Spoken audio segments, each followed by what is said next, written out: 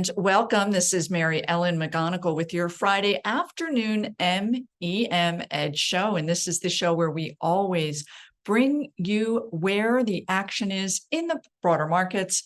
Another bumpy period this week. I'll share with you what drove price action, a number of ways. As of course, headline news, one of them. We'll get into some of these companies that have reported earnings.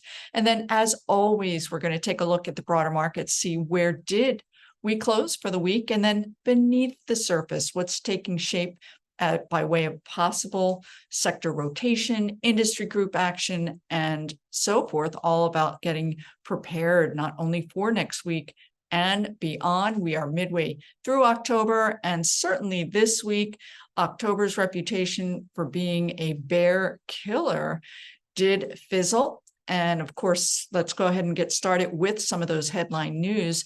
The geopolitical strife in the Mideast is one of the primary drivers of the broader markets. We'll get into precisely where, but that certainly did take center stage. We also, on the news front, we're on the lookout for notes from the Federal Reserve's latest minutes. We want to see the Fed potentially on track to pause their rate hike campaign at the very least. And we did get positive news on that front.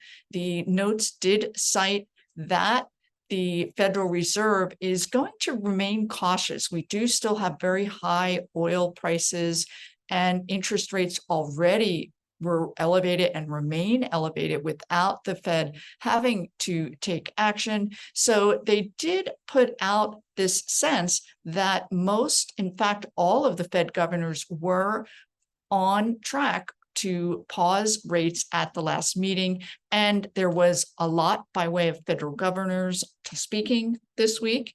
And that same sentiment did come across. So that was good news. We did see the Nasdaq move back above its 50-day moving average earlier in the week on that type of dovish talk and those notes from the Federal Reserve. However, as the markets progressed, and many of you I know will know this, that the markets did fizzle. And certainly, again, geopolitical strife, but also we got inflation data, CPI and PPI data, that producer price index numbers. They did come out earlier in the week. They were above estimates. And initially, investors were able to ignore that. And then after on Thursday, that consumer price index came in stronger, or certainly right at estimates, but we are seeing gas prices and housing prices, or certainly by way of finding shelter, if I may, is increasing in price. So lots of mixed activity on that front, but at the end of the day, the markets did pull back into Friday's close. We will get into all of that as we move forward. Next week, we do have not a whole lot by way of economic data. Retail sales data will come out, and we will have many more federal governors speaking at various events, highlighted by Fed Chair Powell speaking. So that should, in fact, most likely will sway the markets. And of course, depending what happens in the Mideast, we are going to continue to see a response to that. So let's go ahead from here and take a look at the broader markets and see where did we close for the week. And here we are. This is a daily price chart of the S&P 500. And let's just take a closer look here at what took shape last week. We did see a nice initial rally into Wednesday, which in turn pushed the S&P 500 back up above this 21-day simple moving average. Very encouraging price action. We had that RSI enter into positive territory, and it joined the positive stochastics, a faster moving momentum indicator. So certainly midweek, we were looking like as if we were setting up for a nice downtrend reversal. We did see a pullback on Thursday, and buyers did come in on that pullback. However, today's pullback has this S&P 500 closing back below that 21-day simple moving average, and most importantly, that RSI dipping back into negative territory. So this is where you will want to stay very closely on top of the broader markets, see if we are able to get that RSI back into positive territory. We have another period back here, July into August, where we were waffling around this RSI, and then it did rather decisively enter into a more downward trending phase. And the stochastics was your precursor and signal, as was a break below these moving averages. So keeping an eye on the markets, we did not have a particularly positive end to the week. So that's of note. And then also, let's go ahead and take a quick look at the Nasdaq. The Nasdaq had been leading over the last several weeks. And here we are today, a 1.2% pullback.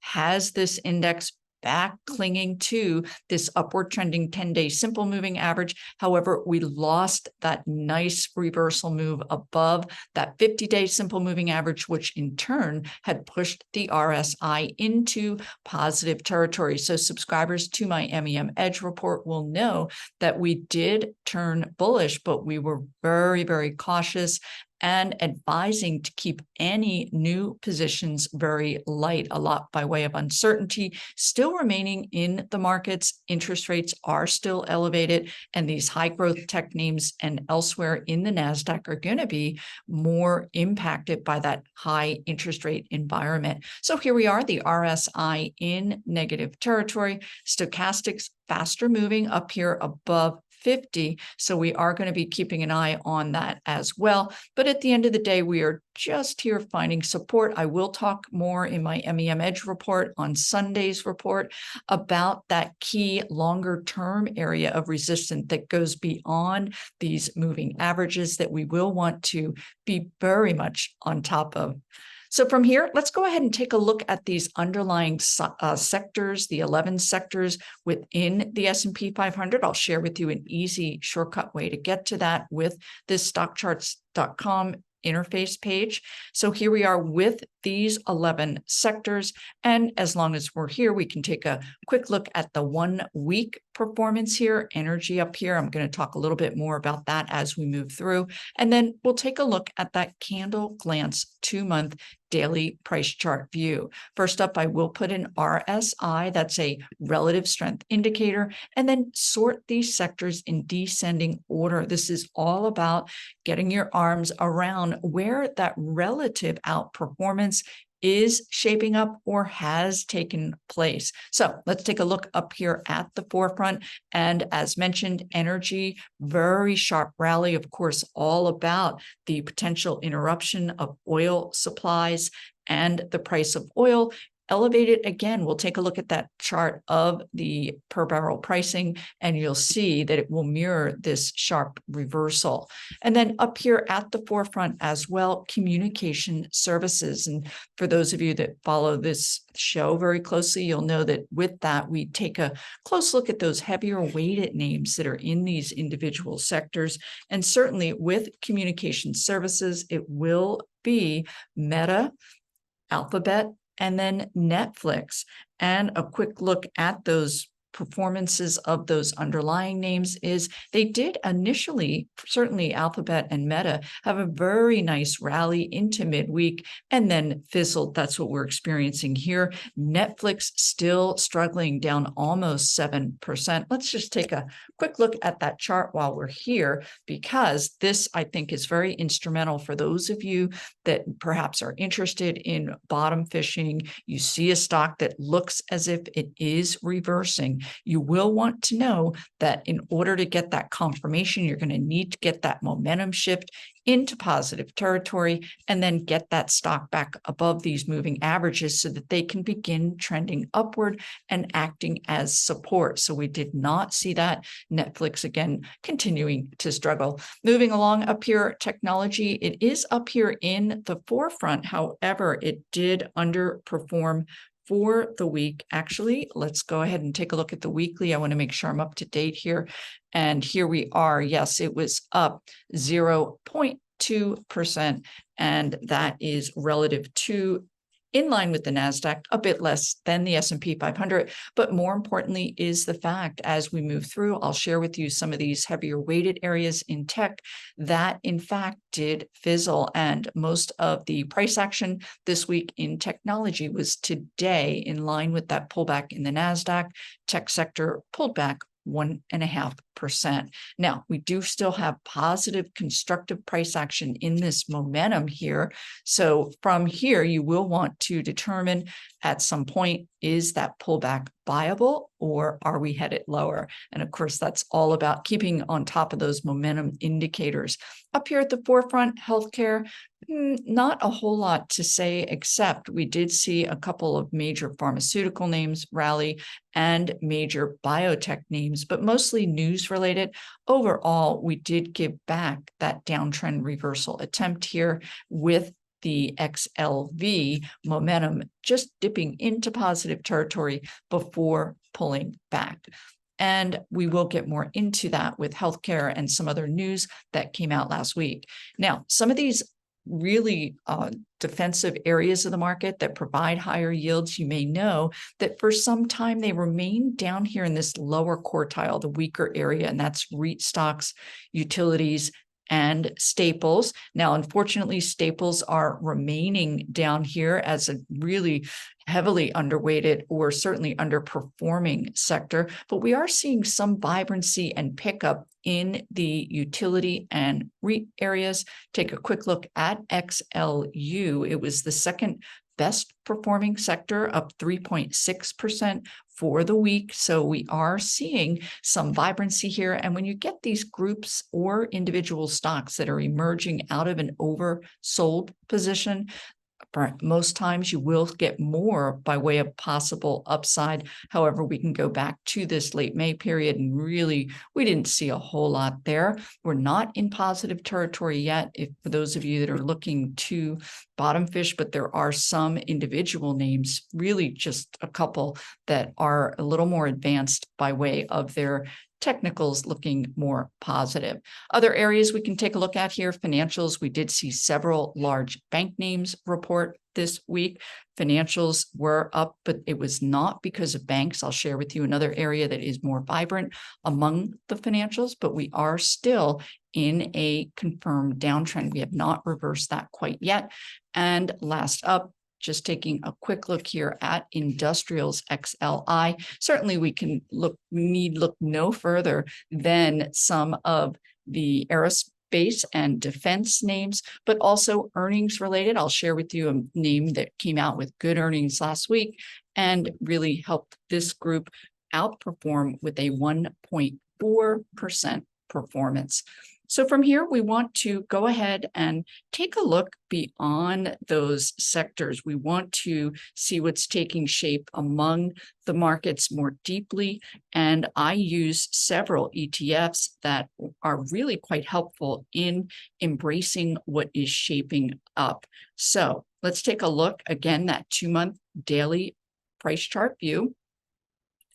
And you'll see that up here at the forefront is the dollar, the US dollar. And we'll just take a quick look here. We can see that we did reach heights up here, this pullback in the US dollar in line with a pullback in interest rates, but we are seeing a move back upward and in turn, not particularly good news for the broader markets. Up here also, we did see a flight to quality that really took shape today. This is gold GLD as tensions got intensified, and we can see this gap up where we have not quite reversed this downtrend, but certainly we've got super high volume today on that 3.2% rally in gold, for those of you that are gold bugs or follow that group. But we also saw volatility pick up, and it increased 15%, but more importantly is going to be this number. Where did this VIX or fear index end?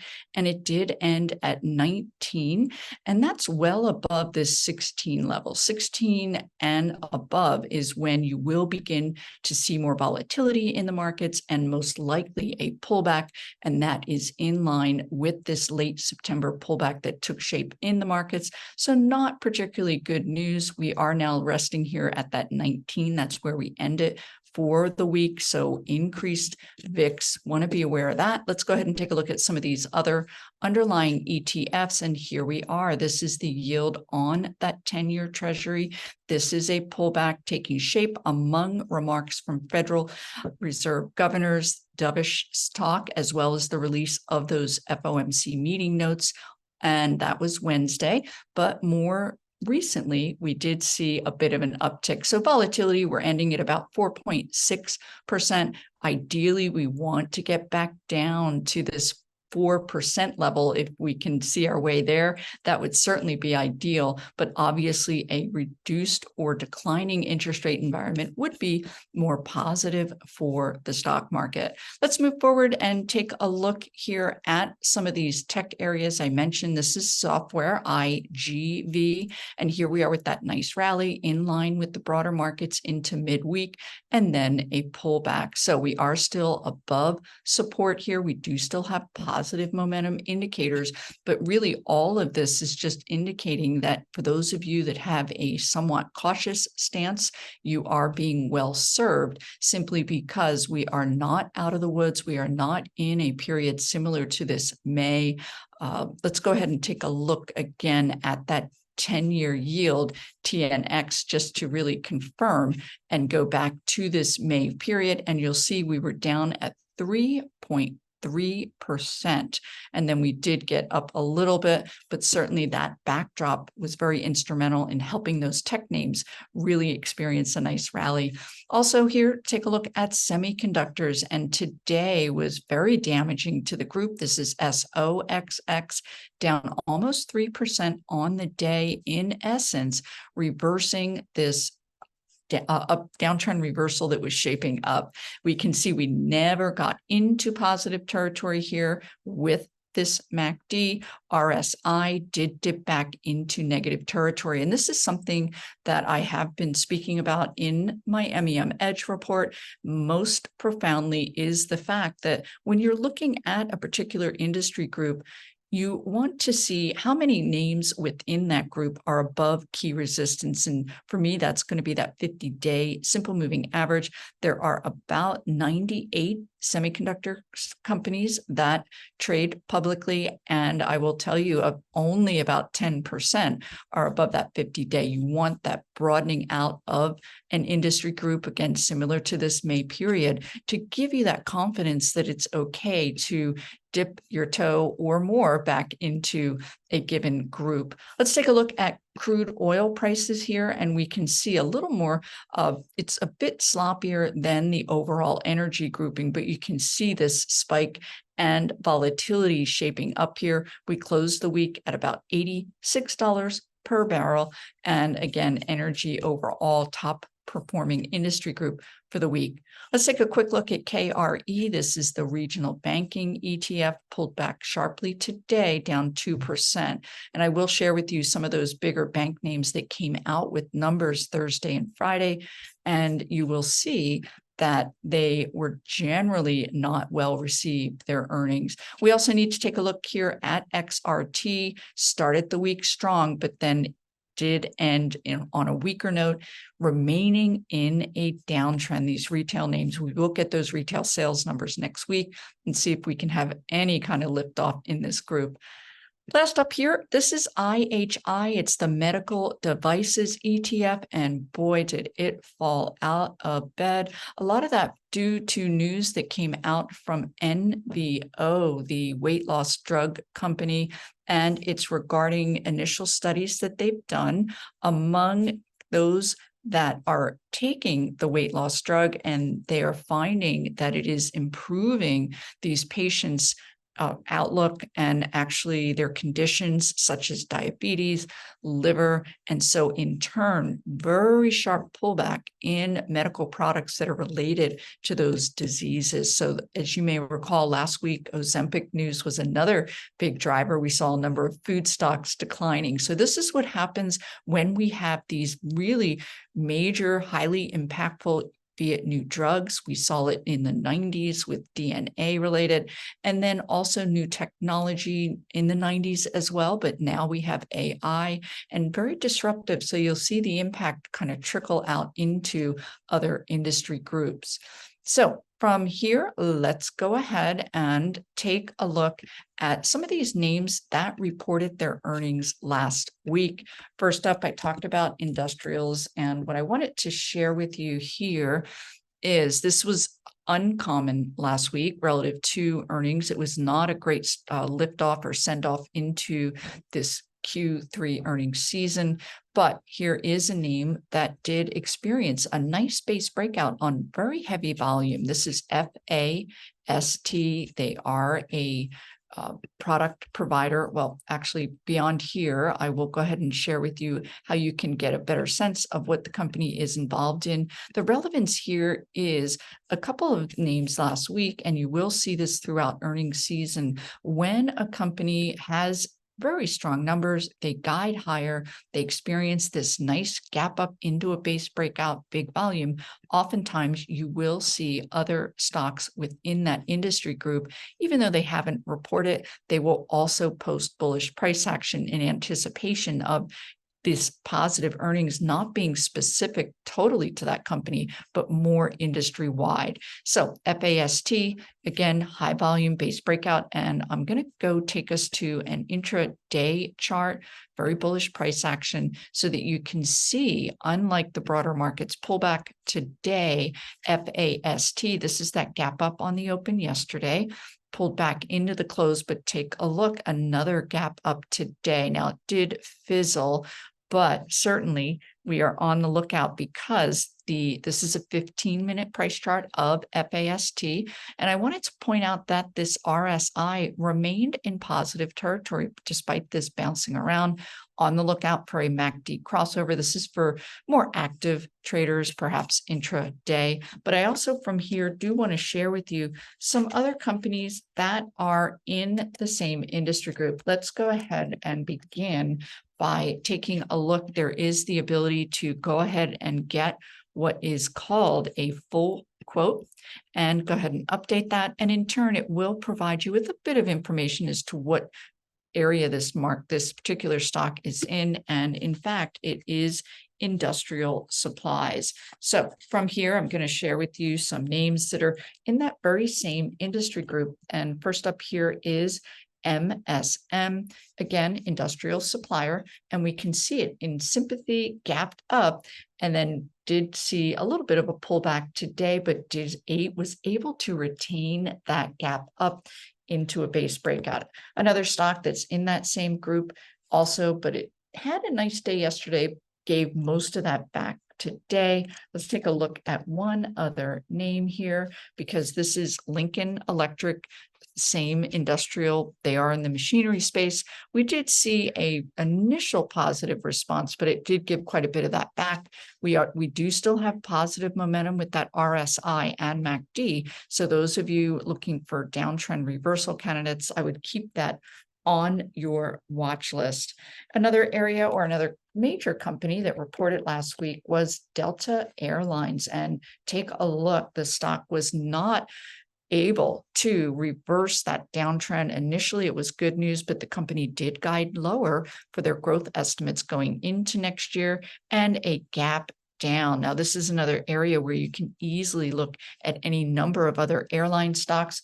We can take a quick look at the airline ETF, and that is JETS, and take a look, that sympathy move lower. Another company that did report last week, INFY, and it's in that computer services space. And you can see this gap down on weak earnings. Now, it did experience a rally today, so there was a bit of a reconsideration.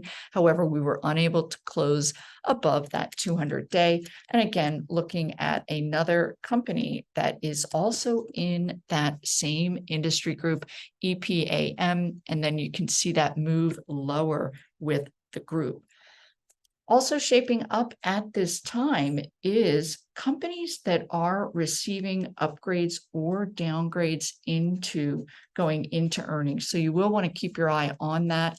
First up here, let's take a quick Quick look at Target. It did get a major Wall Street firm upgrade, and you can see that it was quite constructive. And when you're looking for stock, any type of candidate in this period, you want to be more on the lookout for names that are bucking downtrends that are taking place elsewhere. And I shared with you that view of the retail S&P retail ETF and the broader markets as well. And you can see that Target has been able to sustain an uptrend. Now we are coming out of an oversold position. Let's go ahead and take a look at a previous period when this stock also was in the throes of potentially reversing, coming out of an oversold period. And you'll see that that downtrend reversal attempt was stalled as it found resistance at that 21-day simple moving average. That's where we are now. We'll see if we're able to break back up above that. But as always, we want to get these moving averages trending upward, get that momentum up into positive territory. So keeping an eye on this particular name as a candidate, because it certainly is quite oversold. Some other areas and names that we can take a look at relative to news. I talked about NVO. Let's just go ahead and pull that chart up, and you'll see it's not in tune with the broader markets. This is Novo Nordisk. I talked about it with their weight reduction product, and we can see that the stock had a gap up into a base breakout. You also want to take a look at this super high volume as the stock continues to advance.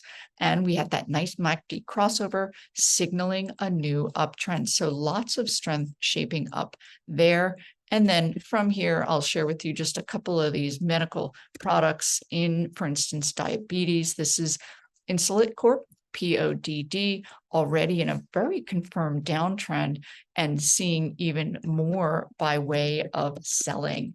DXCM is a competing diabetic company. And the good news is that we are seeing a positive response in these other areas by way of this drug, weight loss drug being healthy, and that's the good news. But if you're investing in the markets, you want to be aware of the impact. So here we are with DexCom, DXCM, heavy selling on already deteriorating outlook. Now, other companies, I talked about financials where bank stocks, we can just take a look at a couple of these names that report it. Their city, it's not easy to see, but it initially rallied and closed in the lower portion of its trading range for the day. Wells Fargo, another company, had relatively good numbers, gapped up, but then gave up a lot of those gains.